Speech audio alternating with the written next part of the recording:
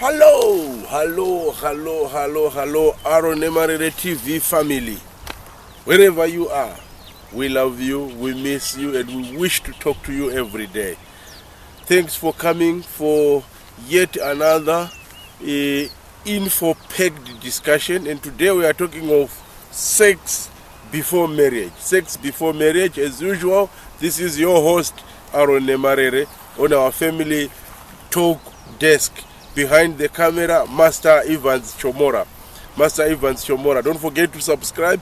Don't forget to share the video. Don't forget to leave a comment.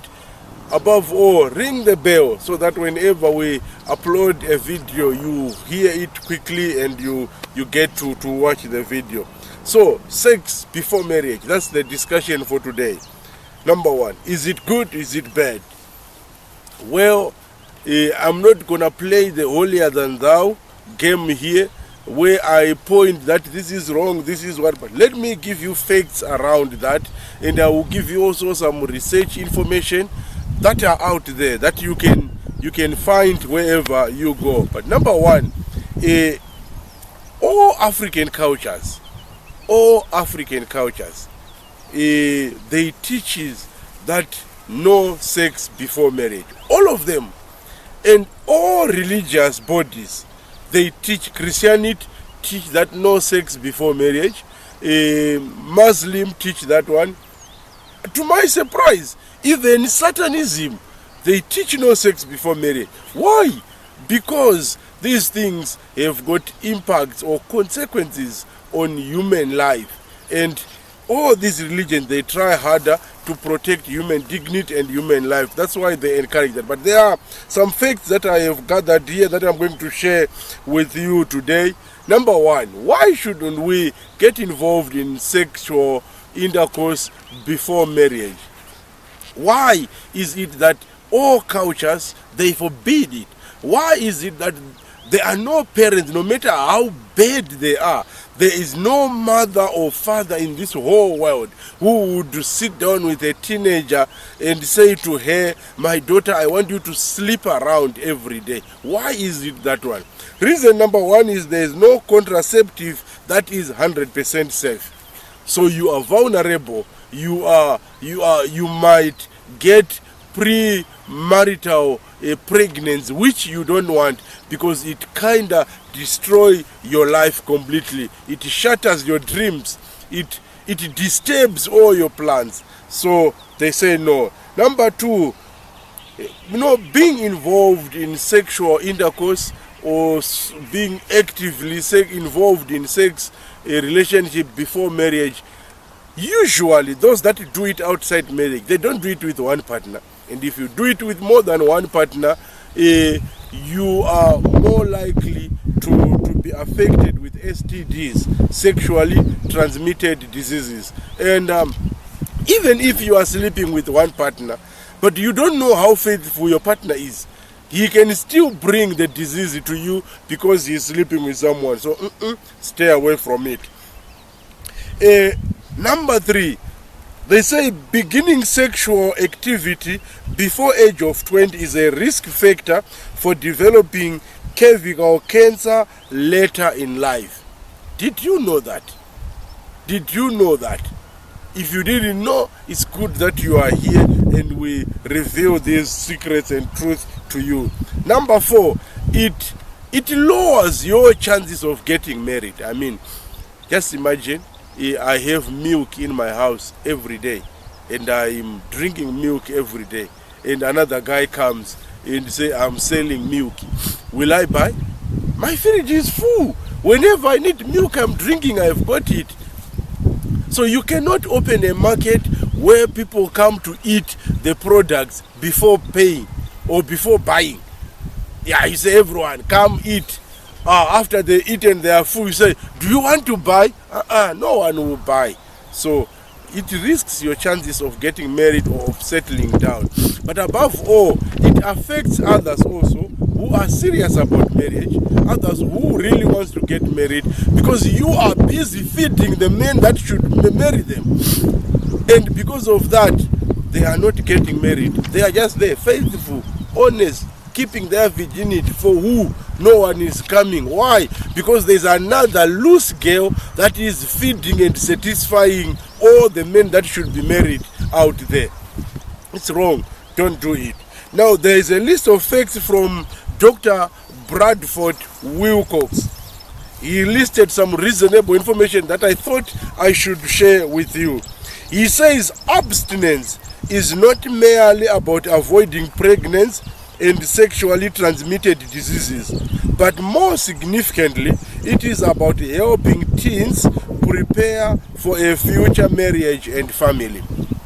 So it's more than just I don't want this disease, I don't want pregnancy. No, it's more than that. It is a process of preparing for the family.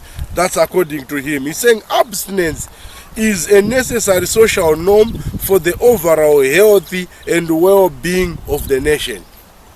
Believe me, countries are paying, the cost of these sexual intercourses that are not prepared, that are not planned. United States and South Africa today and many other countries, they are taking care of children that were born out of wedlock. It's because of this. We have got so many people that are on contraceptives that are, drinking those tablets. I don't even know, are they contraceptive? I don't know, something like that, for HIV. And the government must provide those ones because people did not listen when they were told to abstain. Well, not everyone who is HIV positive was a prostitute or was involved in sexual intercourse. We know that, but we know also that it is the percentage is very low for the people that get it not with this process. But hey, come on guys, nations are affected. Some of the man that should be feeding the hungry is busy taking care of people that could not abstain from sexual intercourses out of marriage wedlock. Now, out of wedlock, abstinence before marriage is linked to stronger and more satisfying families. Wow, that's good.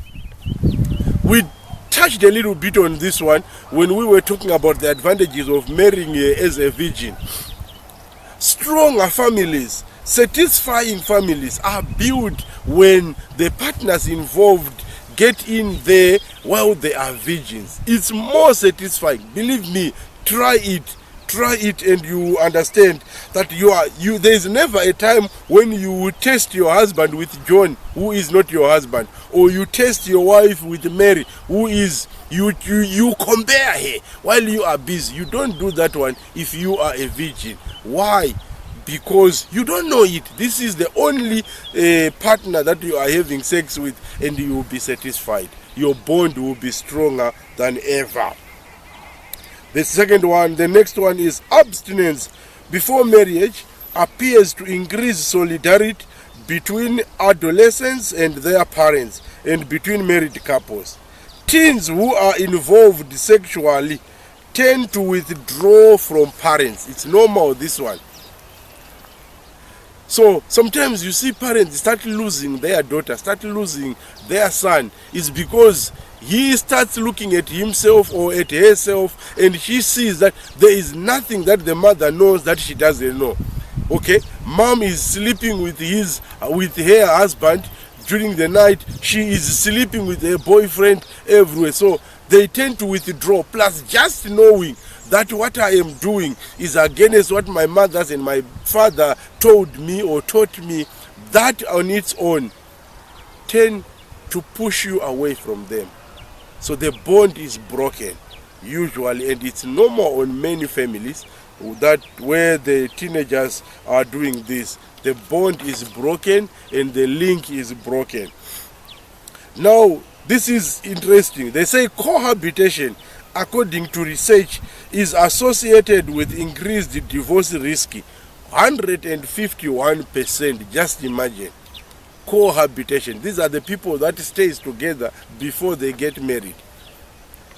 Usually when they finally get married, 151% chances they will divorce at the end. Now here's another one. Children born to unmarried mothers are more likely to suffer from poverty, physical and sexual abuse, and neglect. It's true.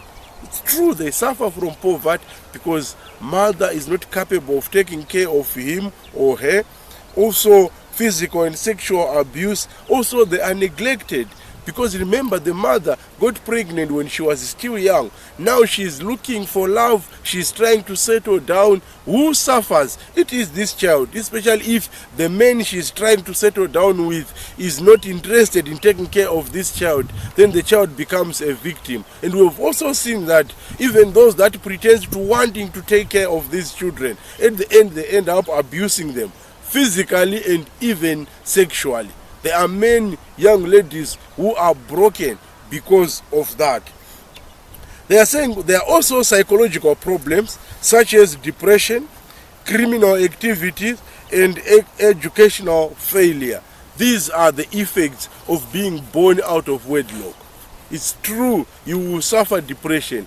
Just imagine in school when other kids are talking about their parents, their mothers, their fathers, how their father took him out during the weekend, how the father brought him chips every night when he's coming from work, and yours does not have the father to bring that. It breaks their heart. And there is an easier way of avoiding all this. Let's abstain from sex outside marriage. Sex is nice. Sex is a blessing from God. Sex is good, but it is good only for married couples. It is good only for married couples. I'm telling you who is not yet married. And I'm telling to mothers and fathers who are married, who have got teenagers, grow a bond. Try to be better parents. Encourage your children to stay away from sex before marriage. God bless you. We will meet again very soon in another info-packed discussion. Until then, subscribe, share, leave a comment. God bless. Bye.